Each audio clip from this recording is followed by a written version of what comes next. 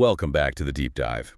Today we are absolutely shifting gears. We are. Usually we take a book or, an article and we summarize it, give you the cliff notes. Not today. No. Today we are treating this as a high-stakes strategic briefing for Asset Move. We are looking at the architecture of the global economy and we are hunting for a bug. And not just some little glitch. We're talking about a fatal error, a flaw that's been running in the background of human civilization for 250 years. I love that setup. It sounds like a techno thriller. But here's the twist. The developer we're talking about isn't some Silicon Valley CEO. It's Adam Smith. The guy on the currency, the father of economics, 1776, the wealth of nations. Right. And usually when you bring up Adam Smith, people's eyes, they just glaze over. Oh, absolutely. They think of dusty libraries, powdered wigs, the invisible hand. It feels like ancient history. But the briefing we have in front of us today, the protocol of sound money completing Adam Smith's invisible hand, it argues that Smith's work wasn't history. It was a prophecy. That's the word. A prophecy. That's a huge claim. You're saying the most famous economist in history was, predicting something he couldn't even see? I'm saying he designed a piece of software that was physically impossible to run in his lifetime. Think of the invisible hand, that whole idea that free markets naturally organize themselves as an operating system. Okay, an OS. Smith wrote the code. He designed the logic. But the hardware, the actual money required to run that system, it didn't exist. Because the money he had, gold, silver, banknotes, It was buggy. it was broken hardware. It was susceptible to hacking by kings, by governments, by central banks. Yeah. So the core thesis of this deep dive is it's simple, but it's radical. Which is? For 250 years, the global economy has been trying to run high-performance software on corrupted hardware. And the patch for that bug finally arrived in 2008. Exactly. Satoshi Nakamoto didn't just invent crypto. He built the hardware that Adam Smith was dreaming of back in 1776. Okay, let's unpack this. Because if we're going to call Adam Smith the software engineer, we need to understand what bug he was trying to fix in the first place. So 1776, what does the world look like? Who is the enemy? The enemy is a mindset called mercantilism. And I want to be really clear, this isn't just some old, dusty idea. This is a delusion that we are still fighting today. Mercantilism. Okay, so this is the idea that the guy with the most gold in the vault wins, right? Precisely. It's the smog approach to economics. The mercantilist believes that wealth is the metal. If England has more gold than France, England is winning. And since there's only so much gold to go around, trade becomes a zero-sum game. It has to be. If I get the gold, you don't. So trade isn't cooperation, it's a kind of war. I need to sell you things to drain your vault, and I need to put up Paris to stop you from draining mine. And that leads to colonialism. It leads to actual wars to steal resources. It's a game of beggar thy neighbor. And Smith looked at all this and said, this is insanity. He performed what we would call today a hard fork in economic thought. He changed the very definition of wealth. He did. He said wealth isn't the yellow metal in the king's basement. Wealth is annual labor. The necessaries and conveniencies of life. Yes. The bread, the wine, the coats, the houses. It's productivity. It's what we create. So if we're both productive, we both get richer. It's not zero sum anymore. It's positive sum. Exactly. If I make the best bread and you make the best wine and we trade, we both have a great dinner. That is the invisible hand. It's cooperation. But, and this is the huge but, this only works if the measuring stick, the money, is honest. And this is where we get to the modern parallel. Because the briefing calls our current system neo-mercantilism. That sounds like an accusation. It is an accusation. I mean, just look at the headlines. Governments today are obsessed with trade balances. They manipulate their currency exchange rates to boost exports.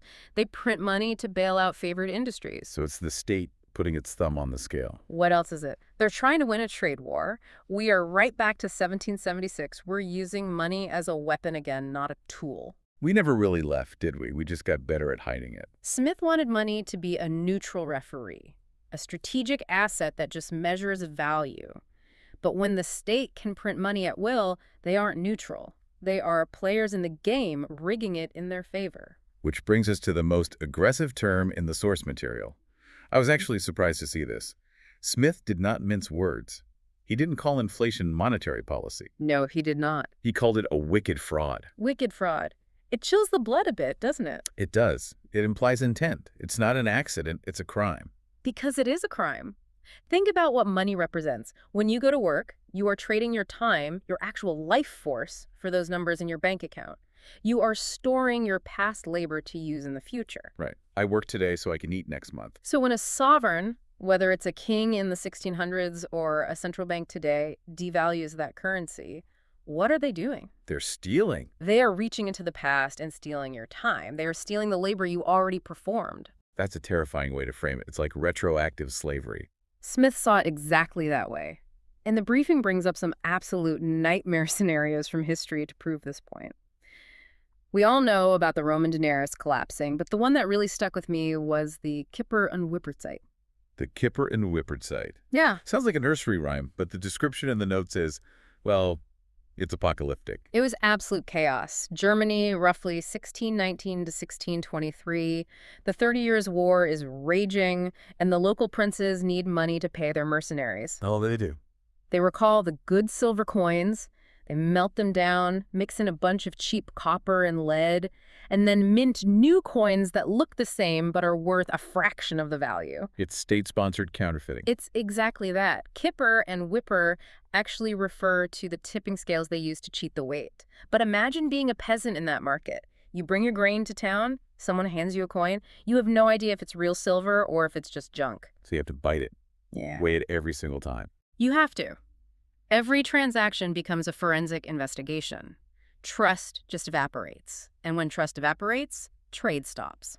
The machine grinds to a halt. People were starving in the streets, not because there was no food, but because there was no trustworthy money to buy it with. And this is the bridge to today, because I think a lot of listeners might say, well, that's terrible, but we don't clip coins anymore. We have sophisticated central banks. We have digital shears, my friend. The expert analysis in our briefing is brutal on this.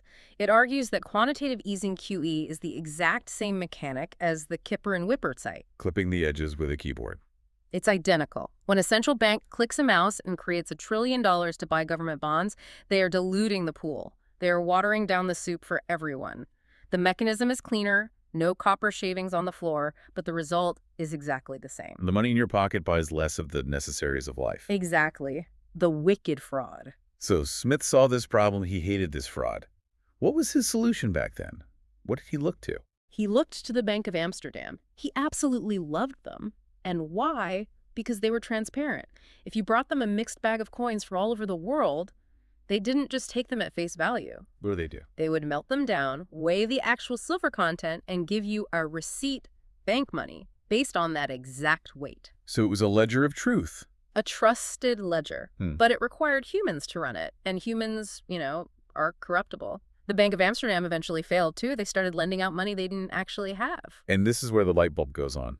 The briefing argues that Bitcoin is the automated, incorruptible Bank of Amsterdam. That is the strategic breakthrough. Bitcoin creates an immutable ledger.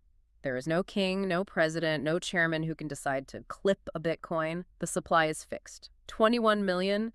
The issuance schedule is hard-coded. It solves the wicked fraud. By removing the fraudster from the building, it replaces the fallible human with infallible math. Okay, I want to pivot to the mechanics of why this matters for the economy itself.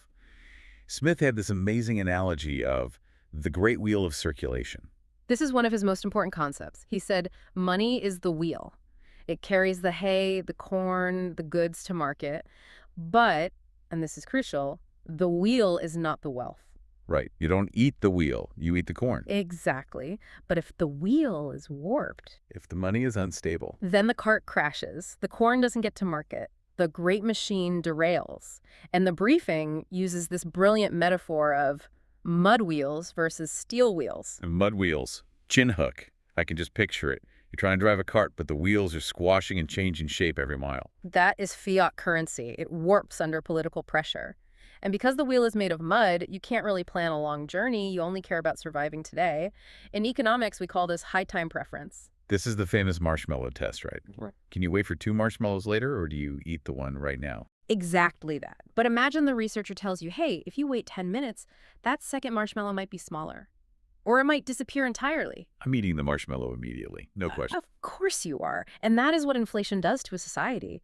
If you know your money will be worth less in 10 years, you don't save. You spend, you consume, you eat the corn seed instead of planting it for next year's harvest. Which means you stop building for the future. You stop building factories, infrastructure, civilization. Precisely. Inflation destroys the future. Now contrast that with the steel wheel, Genkagiwol. That's Bitcoin. 21 million. Fixed. Hard. It doesn't warp. It doesn't squash. When you have a steel wheel, you can plan a journey for 20, 30, 50 years. You can lower your time preference. You can accumulate capital. And that is how you build a wealthy society. So the stability of the money effectively dictates the horizon of our thinking. It dictates the ambition of our civilization. Yes, that is deep. But I want to get even deeper. We've talked about the mechanics, but Smith was a moral philosopher before he was an economist. He wrote the theory of moral sentiments. He talked about the impartial spectator. This is the soul of the argument right here. Ah. Smith believed that humans have an internal referee, a conscience, the impartial spectator. It tells us what is fair. He believed the invisible hand only works if people act justly. If everyone is cheating and stealing, the free market just becomes a mafia state. Right, and since humans are flawed, we need an external impartial spectator to enforce the rules. Usually that's the state. The government is supposed to be the referee. But as we just established with the wicked fraud, the referee is betting on the game. The referee is cheating. The state has failed as the impartial spectator, at least when it comes to money. But here is the fascinating strategic leap in the briefing. What's that? Bitcoin's protocol is the technological impartial spectator. The code is the conscience. Think about it. How does Bitcoin work? You have miners. Are miners charitable organizations? No. They're greedy. They want the reward. They want the Bitcoin. Pure self-interest. Pure Smithian self-interest. But, and this is the absolute genius of it, the protocol forces them to follow the rules to get that reward. They cannot cheat. They cannot double spend. They cannot clip the coin. If they try, the network rejects their block, and they've just burned electricity for nothing. So the system actually weaponizes their greed to secure the network. It channels selfishness into public good. That is the definition of the invisible hand. But this time, it's enforced by thermodynamics and math, not by some corruptible bureaucrat. It is the pillar of justice that Smith said was essential. It's spontaneous order. Order without a commander. Exactly. It creates a moral enforcement system for value. And that brings us to the final piece of this puzzle. Toil and trouble. I love that phrase. It sounds Shakespearean. Toil and trouble. But for Smith, this was literally the definition of value. It was. Smith believed that the real price of anything is the toil and trouble of acquiring it. Labor. Why was gold money for thousands of years? Not because it was shiny, because it was hard to get. It represented crystallized labor. If I hand you a gold coin, it's proof that someone, somewhere, did the work to dig it out of the ground. Yes. Now look at fiat. How is it created? Ex nihilo. Out of nothing. A banker types a number into a computer. Zero toil. Zero trouble. So it's a lie.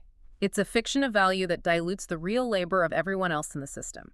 Now, turn to Bitcoin. We hear the criticism all the time, right? Bitcoin uses too much energy. It's wasteful. The environmental argument? Sure. But if you look at it through the lens of Adam Smith, that energy usage is the entire point. It's the feature, not the bug. It's the whole thing. Bitcoin is digital toil and trouble. That is what proof of work means. You cannot create a Bitcoin by just typing a number. You have to burn electricity. You have to use hardware. You have to expend real-world resources. That ties the digital world back to physical reality. To physics. It creates digital metallic money. It makes the money unforgeable. You can't fake the work. It makes it scarce. And most importantly, it makes it morally transparent. Morally transparent. What do you mean by that? If you work for 10 hours today and you store that value in Bitcoin, you are storing crystallized energy. And because no one can just print more Bitcoin for free, no one can dilute that energy. Your 10 hours of work stays 10 hours of work. It preserves your life force into the future. Yeah, it is actually profound. It turns a savings account into a kind of battery. A leak-proof battery for your economic energy. So let's bring this all the way back to the beginning. We started with a strategic mission. We said we were looking for a bug in the operating system of the world. And I think we found it. The bug was the reliance on trusted third parties, kings and banks, who could never ever actually be trusted. Adam Smith wrote the software for a free, prosperous world, the invisible hand. But it's been paralyzed for 250 years because the hardware, the money, was made of mud. It was like trying to build a skyscraper on a swamp. Every time we built wealth, the foundation would warp and the structure would collapse. Mercantilism, inflation, wars, it's all the same cycle again and again. And now, for the first time, we have the steel foundation. That is the synthesis. The revolution that started in 1776 was a prophecy. Adam Smith told us what we needed. He told us why the old system was a wicked fraud, but he couldn't build the solution. Satoshi Nakamoto did. Satoshi built the hardware upgrade. The protocol of sound money, it completes the invisible hand. So for everyone listening, the investors, the strategists, the curious, this isn't just about number go up. This isn't just about looking at a chart. No, this is about recognizing that the battlefield has changed. We are living in a neo-mercantilist world that is actively trying to dilute your labor. That is the default setting. But you have an option now. You can opt out. You can choose the steel wheel. You can choose the system where the ledger is protected by physics, not by politics. The message is clear. Reclaim your sovereignty. Don't let your labor be stolen by the wicked fraud. And as always, stay strategic. See you on the next deep dive.